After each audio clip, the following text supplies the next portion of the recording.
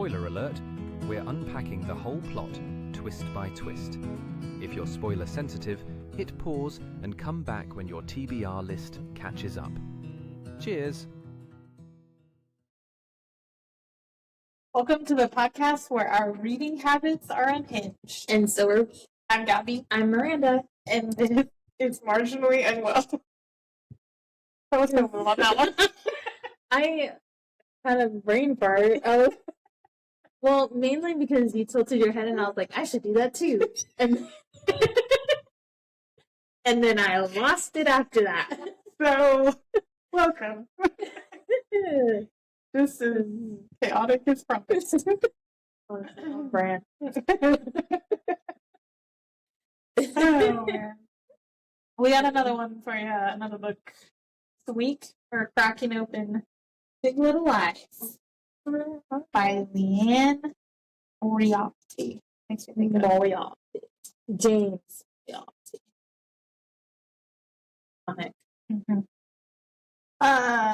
Nothing in this coastal town is as flawless as it seems. Behind the brunches and school fundraisers lies a web of secrets ready to snap. Let's peel back the layers and see who's with me. Not to find out. Who's it gonna be? Okay. The brunches and gossip, the moms, the sort of moms. Yeah, I was gonna say. Slightly exaggerated, but not much. I mean, like murder part, yeah. The rest of it, not really. Exactly. Just gotta find the right group for the murder. So this one is set in Pirriwee, Which I think was hilarious. Yeah. It's hilarious. Australian city. Yeah. So I don't know where it is in relation to. By the coast. Let's see with Miranda. It's an island. So a group of moms, a group of families there, but the story mainly revolves around the moms. Yes. And start out with Miss Jane. we don't want to start with Jane. We actually start. What's her name? Madeline Martha McKenzie. That's right. I love that. Yeah. It's very I know it's not, but it's very like southern. It's giving Southern Kardashian. Yes. Honestly. But, Australian. So, just all those things. So it starts out with Madeline. She's in the car taking her daughter, Chloe, to her first day of kindergarten. Yep. Or like, it's like orientation day. Yeah.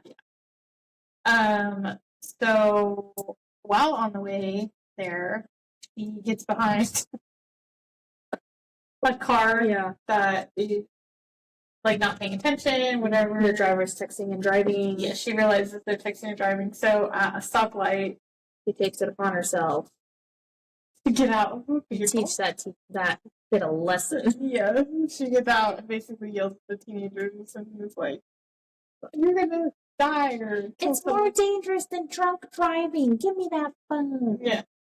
She's like, no. It's like a teenager that just got their license. Yeah. So that's very embarrassing.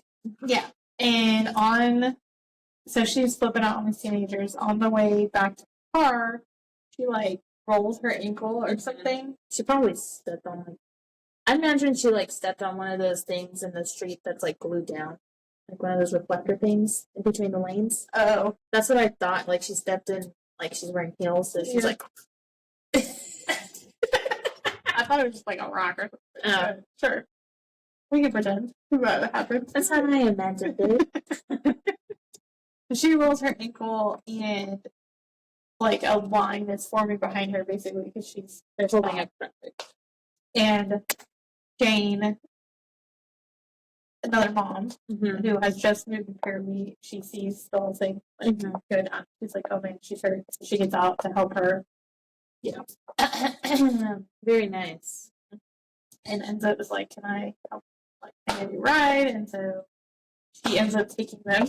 Yeah. The orientation. which she's on her way to. She's on her way to that, but if this were me, I don't think I'd get out the car and be like, I'd be like, are you okay? You okay? You need me to carry you to your car? Yeah. Like a drive-by. Are you okay? Not a get out. Not a get out. Not a drive-by. Offer. Not that guy. So Jane is like, yeah, I can give you a ride, basically. They're headed to the kindergarten orientation as well. She just moved to Pirriwee. Mm-hmm. She is a single mom, and so her son, Ziggy, is starting. Yes. So that's how the two of them meet. That's the start. Then we get to the orientation. This is where things go. This is where it all starts. Yes. So they're gonna go pick up the kids, right? Or no, they're going to drop off. They already dropped them off. I thought they were going to pick it up, and that's why pick them up, and that's why. I think you're correct. So I think we have these like kind of order. These next two plot points that we have written here. Oops. So they drop off the kids, and then Madeline's basically like, "Oh, come like have coffee with me, and my friend." Whatever. So they go to. Remember what the place is called? I don't remember the place, but I remember it being blue. Yes, that's cute. I was like, "It's something." It was cute because it was like on the pier. Yeah. And it's very niche local spot. Yeah, I think everybody loves it. They say that it has like the best coffee. So there's like I think he's the owner guy. Tom is there. Yeah. Like knows everybody. I think it's like a fairly small town because of the coast. But so Jane goes with Madeline to Blue Blues. They're having coffee, trying to get to know each other, all the things. Basically, they tell each other the things that we just talked about. Her being a single mom and have Vicky, and then Madeline's like, yeah, Chloe, and she has another daughter, Abigail, who's like older from a previous marriage. Yeah. She's like 14, 15? I think 14, yeah. Yeah. And then she also has a son named Fred.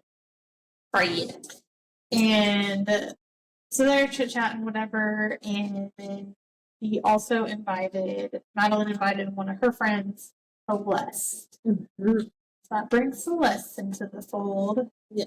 She is Celeste. I'm thinking how just she's got money. Yeah, she's very wealthy.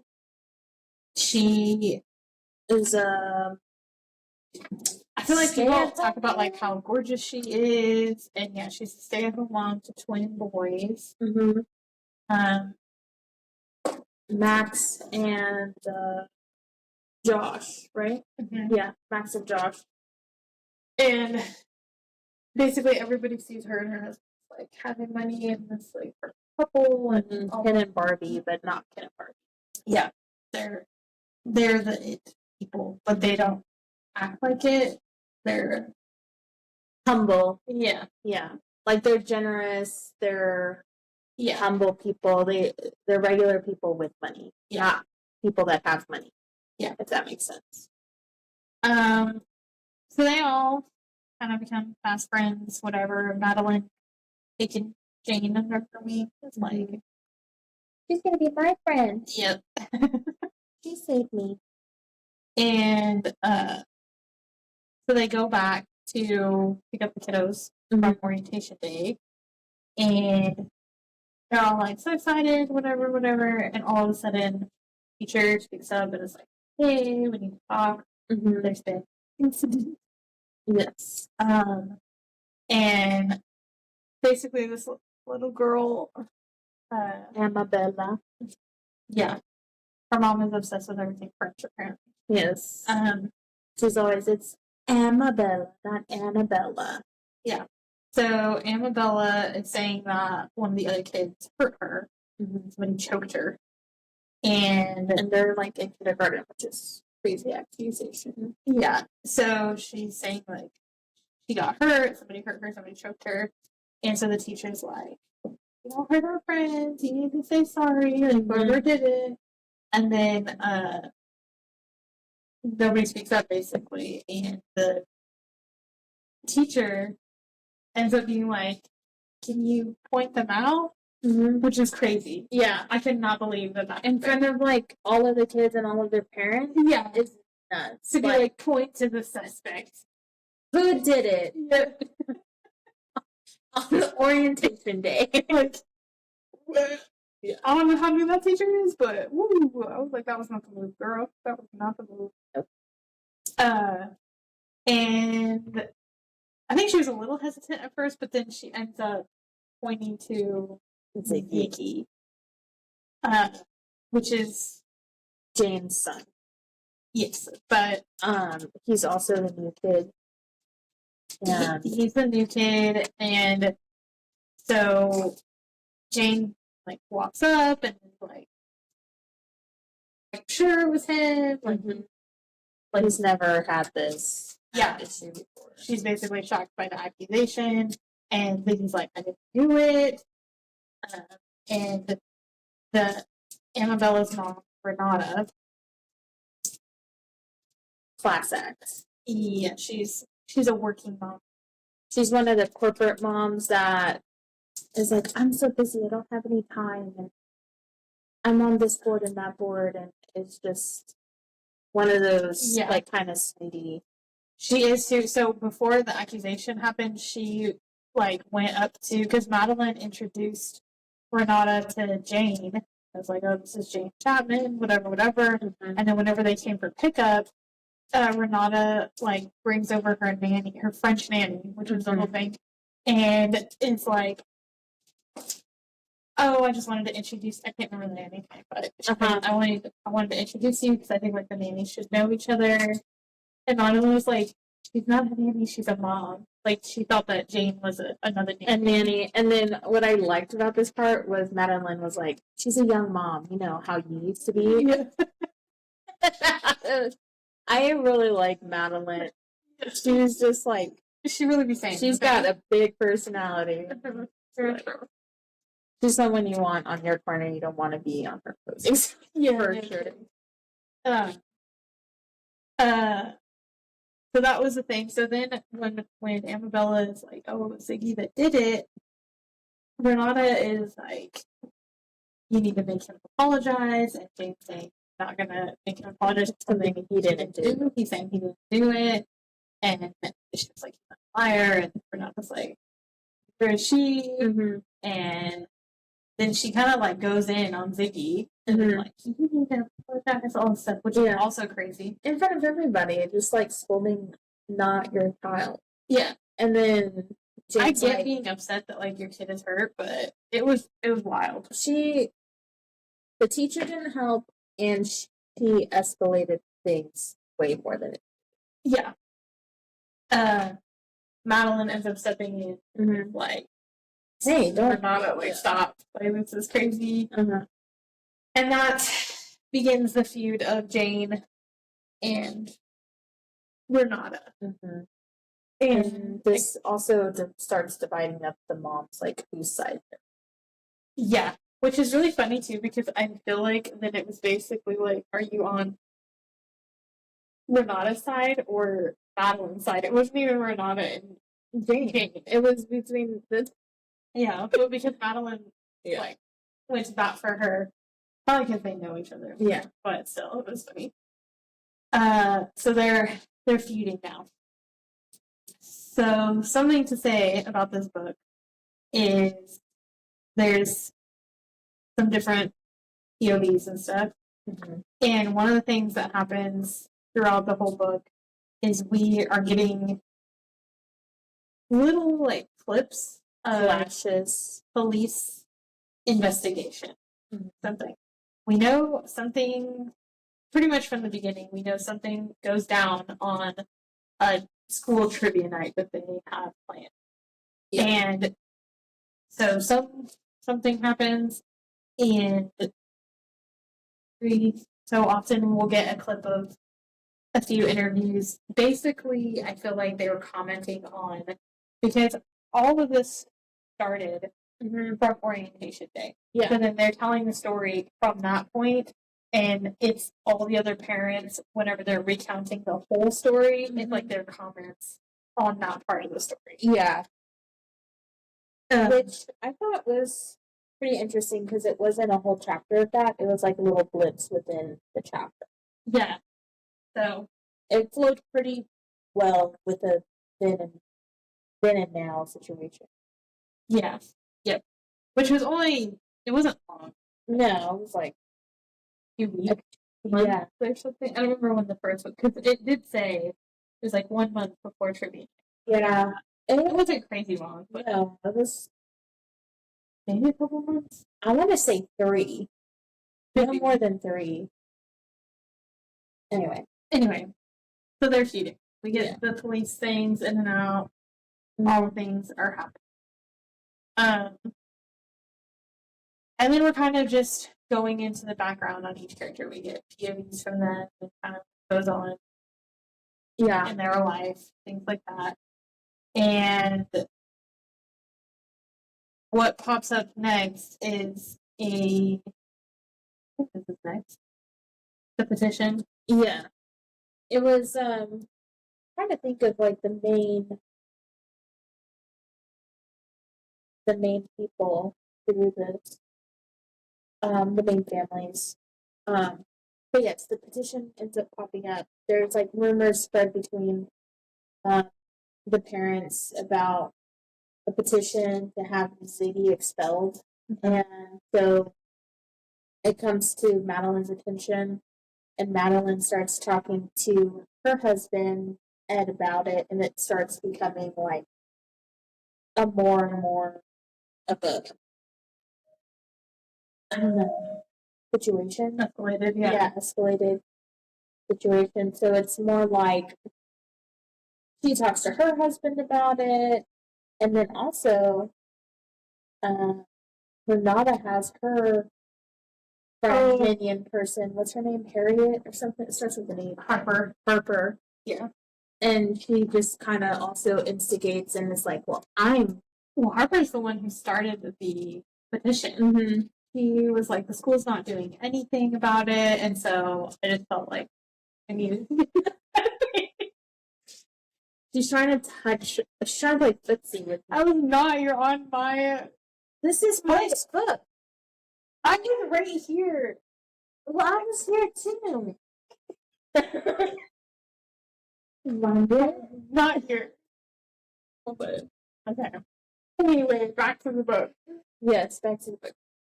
So, yeah, Harper is, her little, like, minion wannabe, whatever. The pod, I'm Renata's best friend. Yeah. Type of ordeal. Mm-hmm. Which just starts to before or after the it happens after it, because that's whenever it starts coming up, because she also is paying.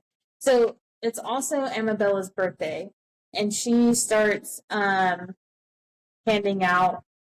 She goes to school handing out invitations, and not at the school in the classroom. She's handing them out at like recess or outside or I something. think it was like outside before. It was like before or after school, I think.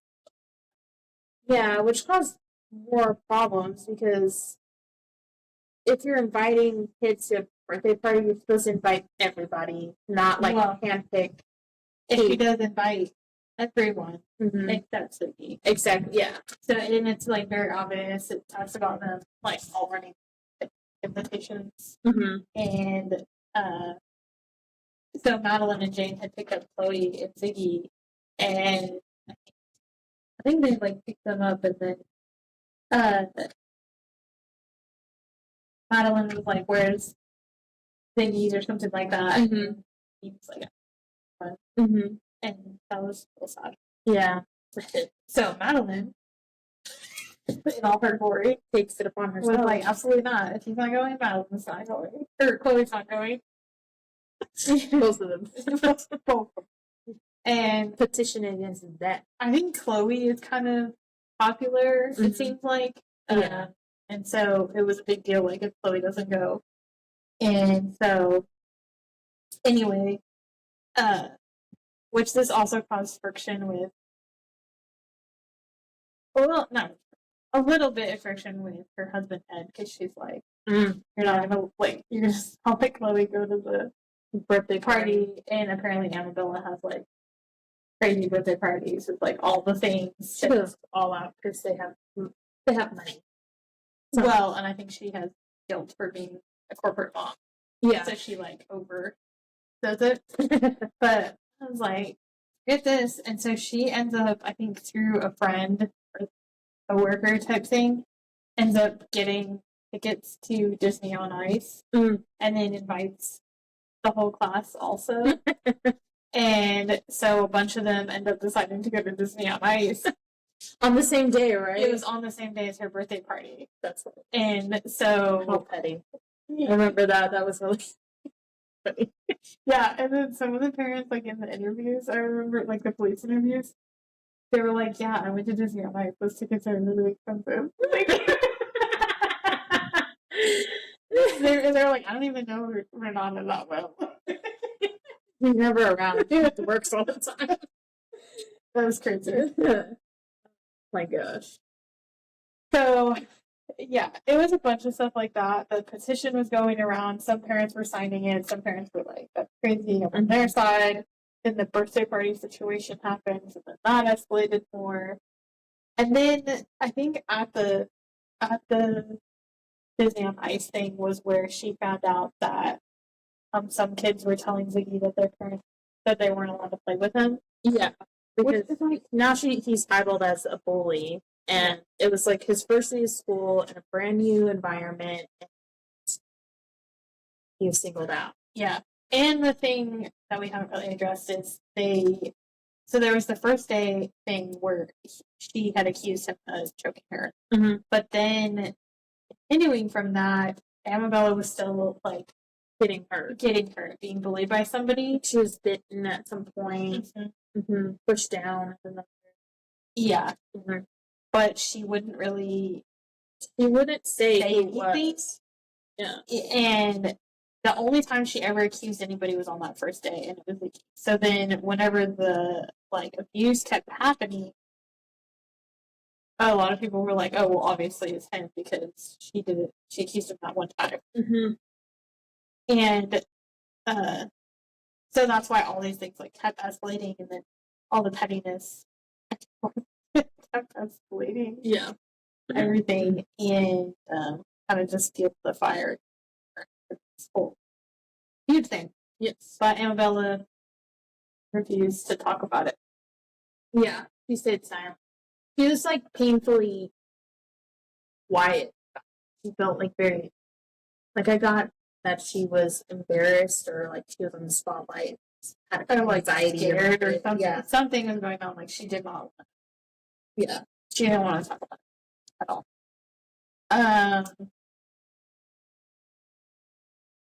So that's all going on. That's escalating kind of throughout the whole thing. And throughout that, we start to learn more about the individual families. So I guess we can just go through kind of each one. I didn't really... Let's do Jane, Madeline, and then Celeste. And then... Okay. Because we've already talked about Renata, right? Is Renata single? No. They don't have to play. Oh, yeah, Jeff. Yeah, Jeff already. Okay, I do. Okay, we'll start with Renata. I mean, he plays a big role, I think, because of the feud with the whole thing with the kids, but I feel like the main moms / families here in the story would be Jane, Celeste, and Madeline. Yeah. Renata, we'll start with Renata. Renata is corporate mom, has a French nanny, and her husband is in and out. His name is Jeff. He's also works. And they just have the one daughter, Amabella. Mm-hmm.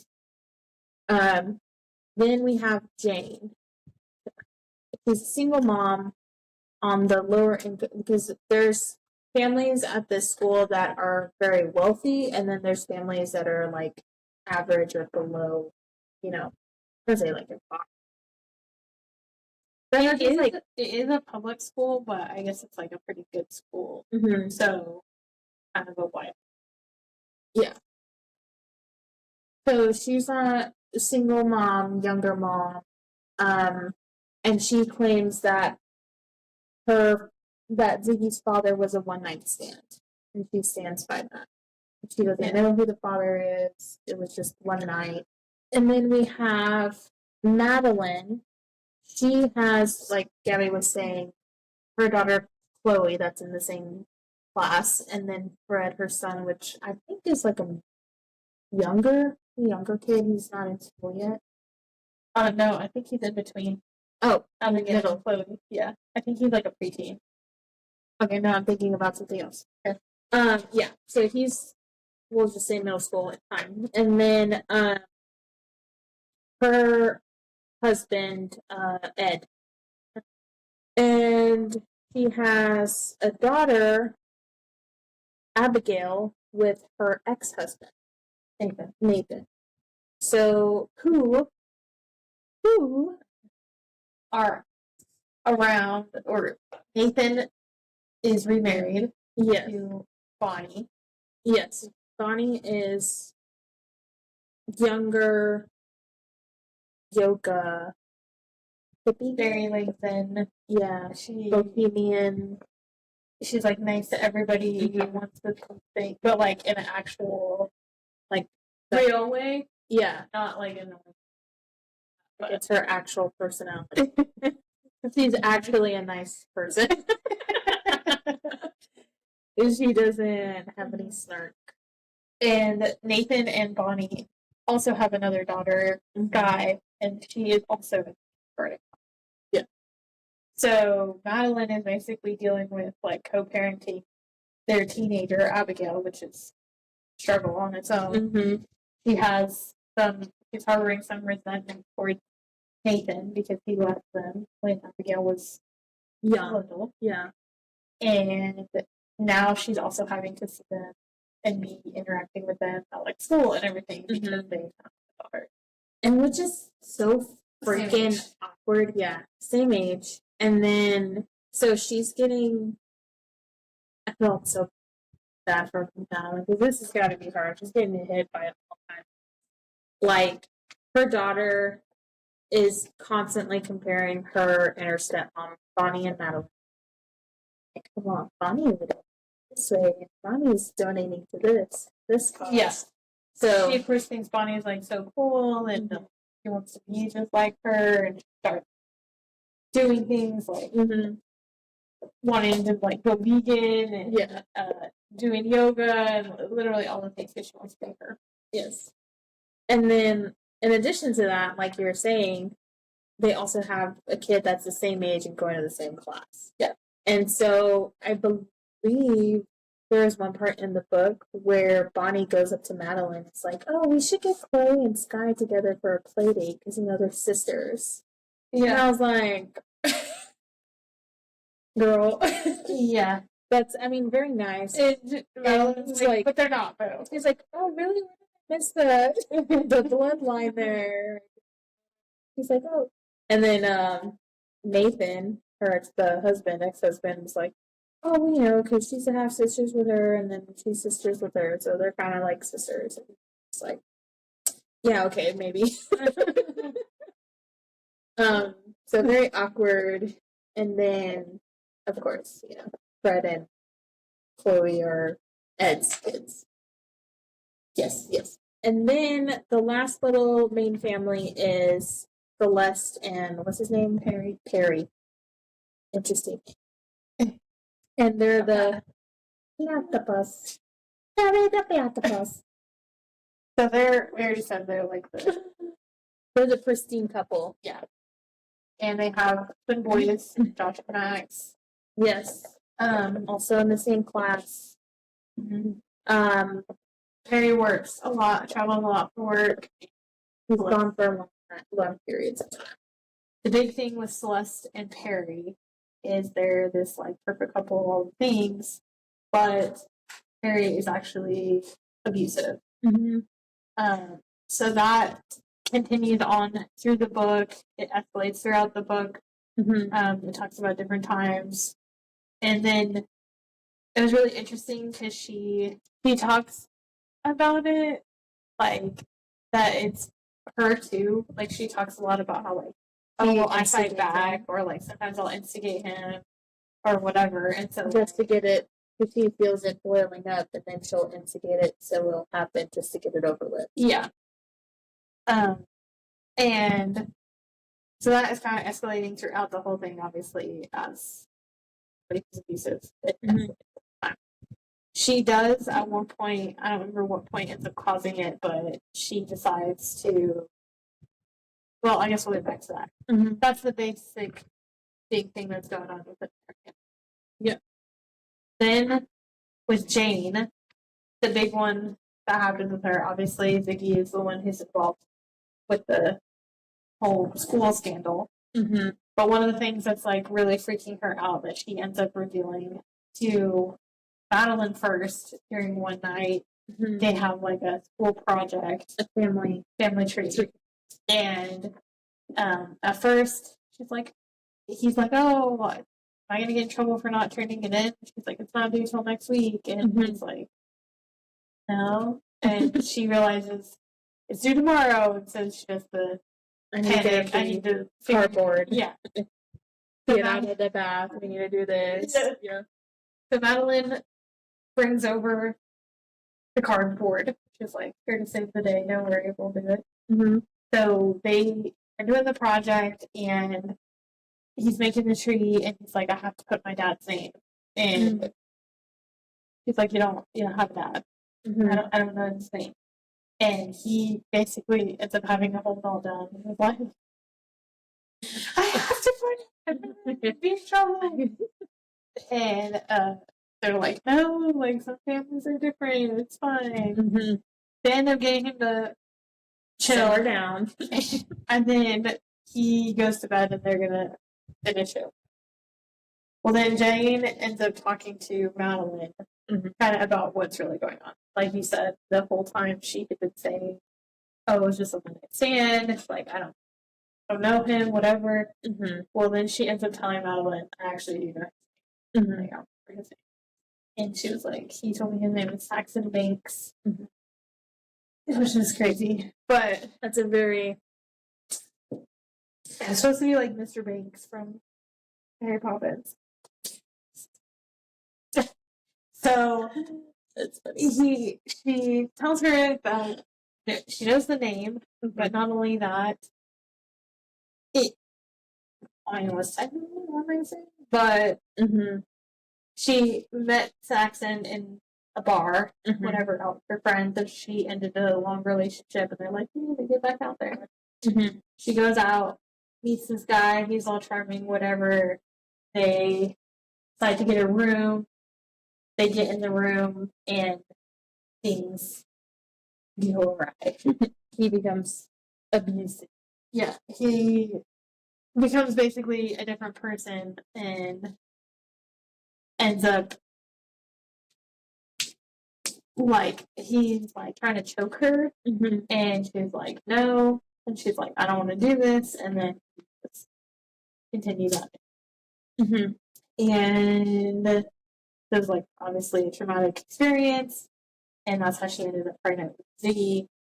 But so she's a little bit too like making excuses for the situation, and it's just like, I did go up there with him, I had intention on being with him, like all the things. She's like, I'm not really sure like you could call it that, and but it does kind of shed some light on the fact that she's a little bit worried that Ziggy, that he has this other side.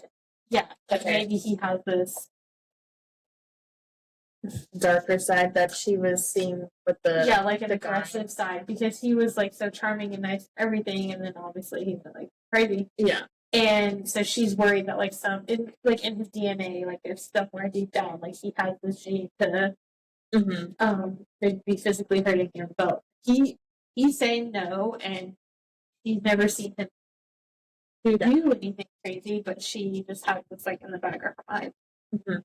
that He's that capable could of be it. a thing. So she's like really trying to keep an eye on things. Yeah. She ends up even taking him to a child psychologist Mm-hmm.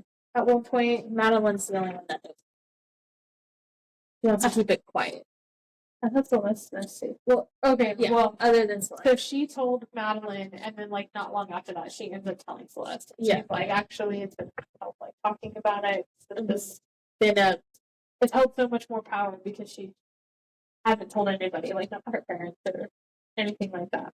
So she hasn't told her parents or anything, and she's like close with them. But when she moved to Pirriwee, it was like away from. They're Yeah. not like super far because she drives to them. They drive to each other. Yeah. So I thought it would be, but like within an hour, like 30 minutes to an hour. yeah, It didn't seem like. crazy long. Or Yeah. anything, but not like right up the street either. Yeah. Yeah. And so that's kind of what's going on with her. She ends up taking him to the child psychologist, and the psychologist says, you know, Mm-hmm. he's really sweet and nice, and I was He's like a normal kid. shocked if he like if he was bullying. In fact, like I think he might be being bullied. Yeah. Because she's like, He would be the kid that. yeah, Bully. He would not be the bully. And the like, psychologist. or is he's like a complete psychopath, and he's very good at the lying. best liar I've ever seen in all of my career. So it's either extremely bad or he's being bullied. Great. Which scenario would I prefer? So she's going through all that. She is talking to Madeline and Celeste throughout that whole journey. Next up, we have Madeline's family tension. So Madeline is such a tornado, honestly. she really is. Yeah. So she is really struggling more instead of like with her husband directly or anything. It's with Nathan, her ex-husband. Yeah. And a lot to do with Abigail and rebellious teenager. Oh my gosh, Abigail. Yeah. So one of the things that first escalates with them is Abigail decides she wants to move in with Nathan and Bonnie, Mm-hmm. which would send any mother. Rude, first of all. I'm over here chopped liver. Your Yeah. dad has been missing from your life for like 10 years. Yeah. And then now that he's back with a brand new wife, and you're like, Now they're the best thing ever. yeah. And Madeline really struggles with it because she's like, he was not here, like, and she holds on to a lot of like, he doesn't deserve it. Like that was the one thing she said that at one point. She was like, I think she said like, I thought that was the one thing I got out of him like leaving us is Abigail would love me the most because like he left. He left. Yeah. And now that she's like choosing him over Madeline, that's how she feels, and she's like hurt by it. Honestly, it was very sad because, like, her internal monologue about it was like, well, she's like, it used to be just us. Like, they would sit and have like dinner and like watch TV together in the bed. Yeah. Or like she'd have all these like flashback moments where it was just them, and she's like, well, maybe it's because now it's not just her. It's a full house and things are loud, and it's not just me and her anymore. Now it's us and like this big family. Yeah, I mean, she doesn't blame him, but a little bit blames Ed because, like, he'll, like, reprimand her or whatever, which he should do as her stepdad. But then she, like you said, is remembering, like, the times whenever she was just a single mom, her and Abigail. And it was just that. And so now seeing it, she, like, drove her away. You're the reason. Which is crazy, but also, like, when you're in that headspace. She ends up moving in with Nathan and Bonnie. Yes. That's a whole hard thing. And I know how she first finds out, but I don't remember how they found out. The website? Mm-hmm. So Nathan tells... Well, she first sees it on the Facebook page. Because she's like stalking Abigail on Facebook. That's what she's doing. And she sees, like, Abigail posted a picture or whatever, and then her friend commented something like, is this for your project? Are Mhm. you sure it's like sexy enough or something like that? Yeah. And Oh, yeah. and Madeline like this is her marbles. She's like, sexy. What? What kind of What? project would she need to like have that at 14 years old? And so she calls Nathan in the middle of the night. She's like, "What's going on? Why is she even awake? Like all the things." Oh, yeah, because she was supposed to have math tutoring, Yeah, and it was past midnight. She calls her daughter. Her daughter's like, "Dad canceled math tutoring," and she's like, "Go to sleep. You have math tutoring tomorrow." And she's like, "Dad canceled it, and you go to bed." Blah blah blah, and then they like hang up or whatever. and so she calls Nathan. And then she calls Nathan immediately, and she's like, "What the heck? What do you mean you canceled math tutoring? She needs that because she has trouble with math." Yeah, Honestly, same. And she's like going off on him, like, "Is there any other parenting things that you haven't told me that you just made your own decisions on?" And blah blah blah. Mm-hmm. And he's like, "No, I'll just talk to you tomorrow." And he was very respectful. He was like, "I should have told you. I'm sorry. We'll talk about it in the morning. Like, now's not the time." yeah, it's like no. Yeah, he was like, "We'll talk to you about it, but just not." Yeah. You literally woke up. And then I remember her like screaming at him on the phone, and then he's like, "You don't need to see it. You don't need to see it." And she's like, Yeah. "No, tell me what it is." But I don't remember what triggered her like what to call. came. They end up finding out what the project is. Nathan finds out and so calls Madeline, or Madeline calls him about something else, and then he's like, "I need to talk to you." However it shakes out, Yeah. they end up talking about the project because Nathan found out what it is, and it's bad. It's crazy. Yeah, Posted up a website. I'm selling, but auctioning. That's thank you. She was auctioning off her virginity. Mm-hmm. And she was like, the money would go towards, what was it? It was some charity. It was a charity for like girls who are like forced to marry. Yeah, underage marriage. Yeah, I forgot. Yeah. Amnesty International or something like that. Mm-hmm. It was supposed to go to them, like all the money that she was going to raise. And so, understandably, her parents freaked out and was like, "What the hell? No. First of all, this is illegal. Shit. Yeah. What are you doing?" Yeah. The comments that some of these grotesque men were leaving on the website were insane. Yeah. It was wild. It was really disgusting and horrible. And so they're freaking out. They're like, "You need to take it down." And she's like, "Nope, not doing it." And think again. So they're trying to figure out how to shut it down. Oh, because she was also at school, so Madeline went to pick her up early. And they were like, "You need to take it down." And she was like, "I'm not gonna." Mm-hmm. And they were trying to figure out the password. This was also funny because Madeline knew all of her daughter's passwords. It was a variation of something. And then she's like, "It's that password, I know. Like, I know all her passwords." And then Nathan's like, "Well, I told her she shouldn't have the same password for everything." She's like, "Great, another thing that's your fault." She's like, "I didn't know this was going to happen." Yeah. That was crazy. It was a nightmare, honestly. I can't even imagine being them. They keep trying to like break in the thing to take it down. They're trying to like ask other people, I think, like how they can shut it down, but it was going to take like a few days to like get into it. However, they were going to do that. Yeah, they needed to find somebody to like that was tech savvy to like break into it. Yeah, and so they were just really trying to convince her to take it down. Mm-hmm. Eventually, she ends up saying "5 to take it down," and they're like shocked by it, and they're like, "Why?" Basically. Or like, "Why now?" Mm-hmm. And she ends up saying like she got a letter from this guy saying from North Carolina, South Carolina, or one of the Dakotas, something like that. One of the Carolinas or one of the Dakotas. This guy, and he wrote her a letter saying organization was important to him or whatever. Like him and his wife. Him and his wife visited Australia, and they really enjoyed it. And he lost his wife, and he came across this site and essentially said that I see what you're doing. I see you're passionate about this. You're also a child.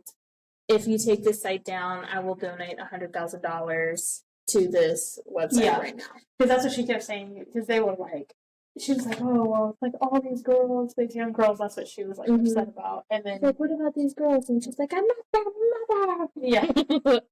And Um, basically, like, you are also a child. Yeah. So that's what the guy said in his letter. Like, please don't do this. Like, I'll donate the money. Mhm. You just stop, please. So she was like, okay. Guy donated $100,000 so she would take it out. That was crazy. In the meantime of all that, things are escalating on like Celeste then with the abuse and stuff. Celeste Starts decides going. to start to go to therapy. Yes. Which good for her. Yeah. Everyone can be there. It was really interesting too because she was like super skeptical about going to therapy, I feel like in the beginning. Yeah, I felt the same way. Like, almost like she didn't need it. Yeah. You know? And she was like trying to convince herself, like, why am I going? I think she was like, either was trying to validate what she was doing was fine. Like, it wasn't that bad. Yeah, she was And trying to like she also contributed to it. Yeah. So, like, yeah, trying to validate that. Like, yeah. And she's like, if I go, then it'll be fine. Yeah. But also maybe some help. Basically, the therapist is like, girl, You're being abused. yeah, you need help. That's crazy. You're in like a really bad cycle here, and Mhm. eventually he's gonna kill you, and then like it's gonna escalate to that. Yeah. And she's like, "What? That's you're being an alarmist." Yeah. She was like, "Well, I'm alarmed," or whatever she said, Yeah. or something The like that. therapist was very good. Yeah, She was very good at speaking with her because she was like, she was able to counter everything like Celeste was saying. And